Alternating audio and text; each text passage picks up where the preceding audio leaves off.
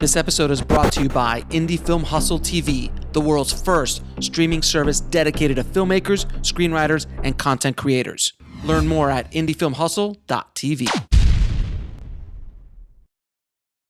So I wanted to go into Book of Eli now because you did shoot Red One. I remember when I was here in LA when Red One hit, and it was like I got here in 2008 around.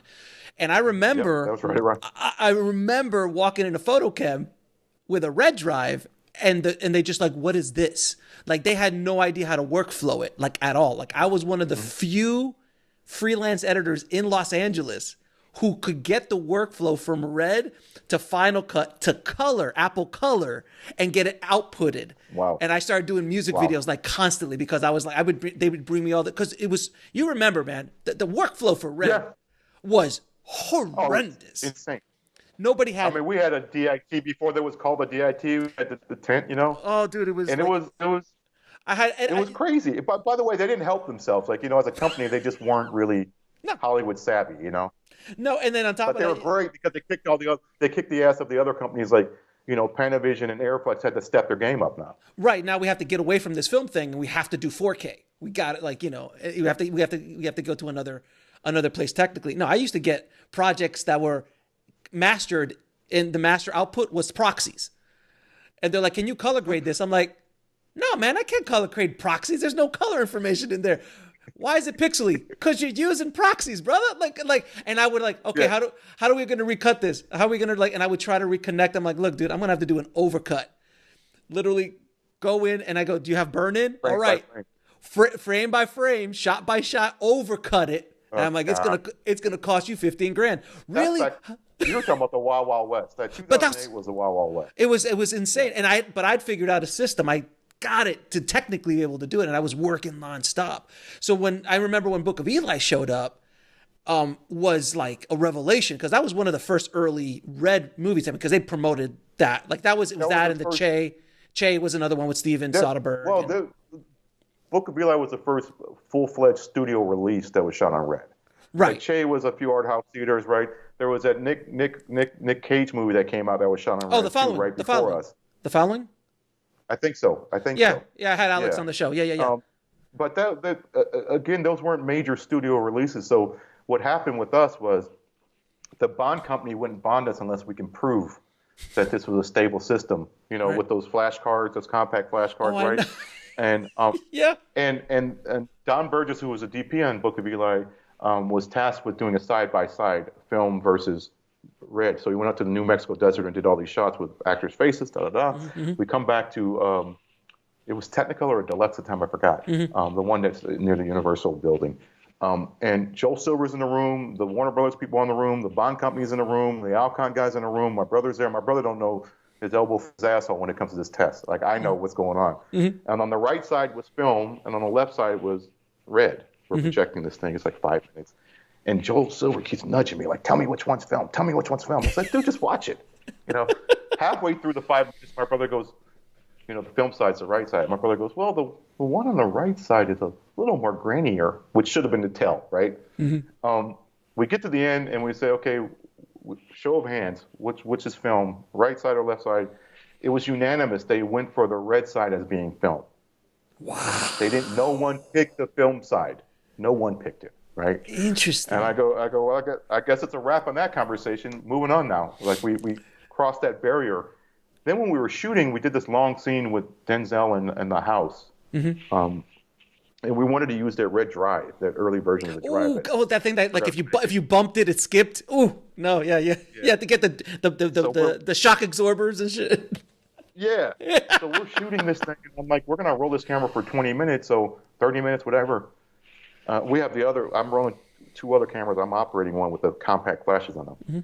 We get to the end of the scene. That thing just conked out. It didn't capture anything. I said, well, there goes that experiment. We're not fucking with those drives, right? Now, the interesting thing is that Don Burgess tested the slow motion back then, which was, it went down to 3K or something. Yeah, 2K, yeah. He's like, this is not ready. This is not, and he projected for me. I'm like, looks good to me. You know, he's like, no, dude, we got to bring in the film cameras. So on the slow motion days, we bring in the film cameras, And I got to tell you, man, we had more problems with those film cameras than we ever had with the red camera. Registration problems, scratches, Oh yeah. All kinds of Because stuff. the slow mo, you notice now between. I didn't mean to interrupt you, but you're running that film sound. so fast. You're running that film like it goes zzz, that sound. Ooh, it's scary. That used to tell you like money's on the line. You got to get this right. You got to get this right. The pressure of slow motion, basically back in the day. But what it showed me was the whole Nolan Dunkirk thing too. The film was completely unstable. Mm-hmm. It is the most unstable thing. I mean, in fact, it goes back to the days of when nitrating. You can burn a whole building down behind film. That's how dangerous an unstable film used to be. But yeah, that movie was an eye-opening experience for me because it changed my game in a way, which was like you get real-time results, which you know about, mm-hmm. And you're able to play with it on your system now. On set. And you got this whole DLSR game going now, and the crazy thing about the DLSR game and these young filmmakers is like they had something we never had. They're able to deal with similar lenses, depth of field, everything that you're dealing with in film is in that DLSR. And that, you said 2008, right?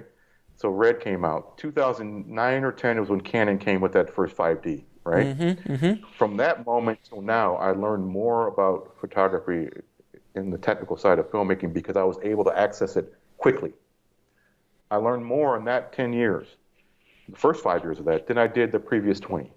About the turnaround of you being able to do something, it speaks to your earlier question about, waiting for a film to do your art or whatever it is, mm-hmm. right? Mm-hmm. Your turnaround now is like, dude, if you're inspired to go shoot some shit that just looks pretty, you can do it now. Yeah. And the other thing I tell these young filmmakers too that don't have no money, it's a little old filmmaking trick for me. It's like, if you have no budget, just make sure you photograph in one scene or two scenes or three scenes a large body of water and the sunset. If you have a sunset and a large body of water, and if you have them both at the same time, you're money, because it tricks the mind into thinking, oh my God, that's pretty, that's expensive. It ain't expensive. Not at all, but I get you. I get you 100%. Man, I got to ask you though, man, the color grading on Book of Eli, that blew my mind when it came out. Like the colors and the way the DI was on that, man. How did you guys come up with that look? Because that was, for a studio Denzel movie, that was a pretty ballsy creative choice. Yeah, and I look back on it now and I go, I'm proud of it, but there's some things I went too far on. Mm-hmm. And that's a partnership between me and my colorist, Maxine Gervais, who works at Technicolor now, which now got bought out by another company. Mm-hmm. I was influenced by this Czech photographer out here named, Jan Saudik, mm-hmm. where he'd desaturate his color and he'd add color where he wanted, right? The veins of a woman's breast, yeah. The rouge on her lips or cheeks. And he would do this thing with clouds, like he would offset the color. So we did all these tests on it, and I knew the look I wanted from the get-go because I had all these references, basically, right? And you got to remember, like, that movie came out when DIs were in full bloom, right? Book of Eli did, right? Mm-hmm. Our movie previous to that, From Hell, was 2001. DI started coming into being around 2002, 2003, and then they kind of took off, right?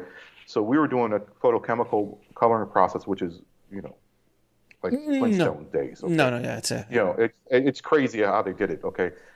And then I'm, for the first time in this room with Maxine, doing the DI for this movie, and I'm depressed the first 2 weeks because I don't understand what it is. And I'm not even using my mind like this is basically telecine from the 90s, right?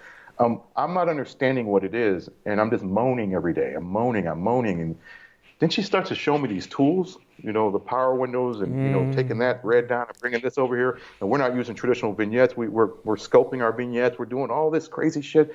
And I go, oh, this is Photoshop for movies. And then it just opened up everything for me. Yep. And now me and her, we spend, like my last movie, Alpha, which has some similar stuff in it. This bison hunt it looks a lot like some of the Eli stuff. We spend hours and hours, and we had the record at the time for Eli. We had the record hours in town, right? And then somebody came and knocked it off. It was like Iñárritu came and knocked it off with what is it called? That miserable slog through the snow. Reverent. Revenant. Okay, Revenant. beat Yeah. my hours, and then I took it back. I took it back with Alpha. Like we spent more hours on that, more months on that, and then Alfonso came with what's that, Roma. Then Yeah. he beat my hours, right? But now that's become like a source of pride for me. It's like the time that I spend on a DI, because it's almost like editing or directing. It's like, or painting a photo. When somebody says, "How do you know you're done? How do you know when you're done? When you edit, how do you know when you're done?" I go, "When I have no more thoughts left on it. When I have no more left to no notes, like, I have all these around my desk. I always keep like little notes. I just watch it, note it up. When I'm done with, I can't do any more to this, basically, right? Right. It's the same thing with DI. It's like we wash over it. We start doing it. We start doing the headroom check, because I shoot now with a 240 with top bottom space outside the frame. So I repo all the frames in post. I stabilize everything in post. And then my final thing is making sure all the headroom is exactly the same. We have a ruler up on the screen, and I go through every close-up and do that. And it's driving her crazy. She goes like, "Albert, this is not creative." I go, "No, actually it is, because if you don't have a pretty stage, you're not going to have a good show." And this little aesthetic, it totally, you'll feel it overall subconsciously, because she does things. She's like this really spunky French Quebecan woman, right? Montreal, wherever, with thick accent, and she's feisty as hell.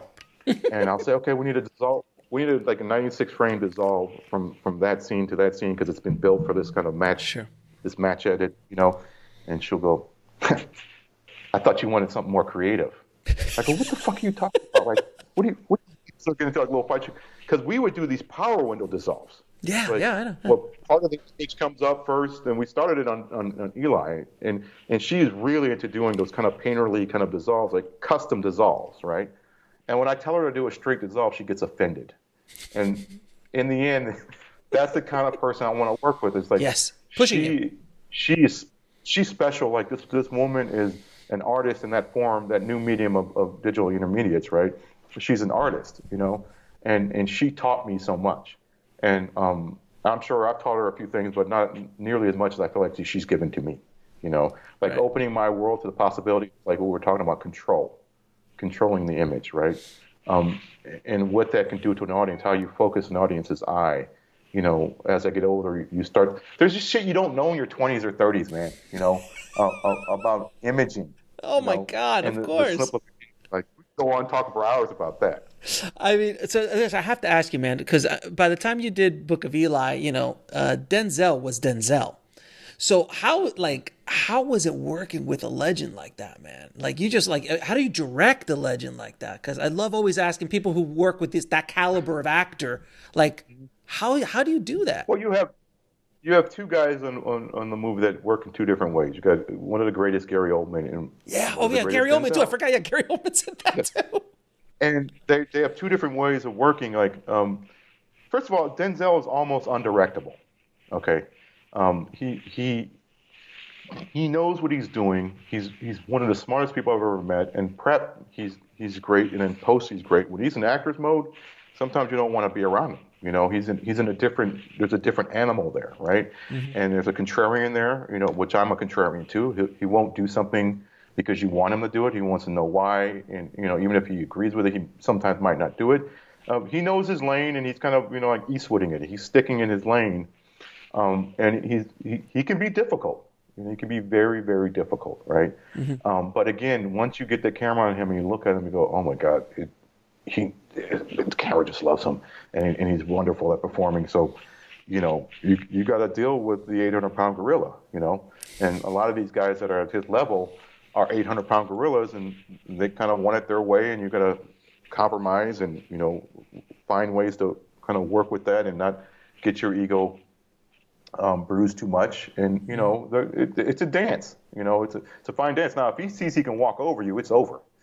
I was going to say, because look, I was going to ask you this too.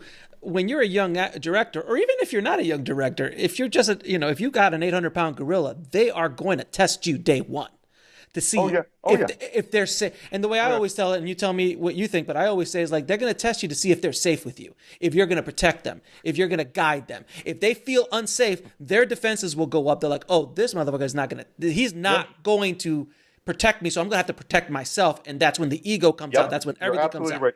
That's it. You're absolutely right. That's what the smart 800-pound gorillas do. Yes. You know, and then there's the ones that are not smart, like Denzel, who just are just shitting all over the place and peeing on the tree. Now, Gary, on the other hand, because the thing with Denzel is he has 1 foot in method and he has 1 foot out of method, which is a contradiction in terms, right? Right. Gary comes from method, but he shed it. Somewhere along the way, he shed it. And Gary is just, I just love the way he works.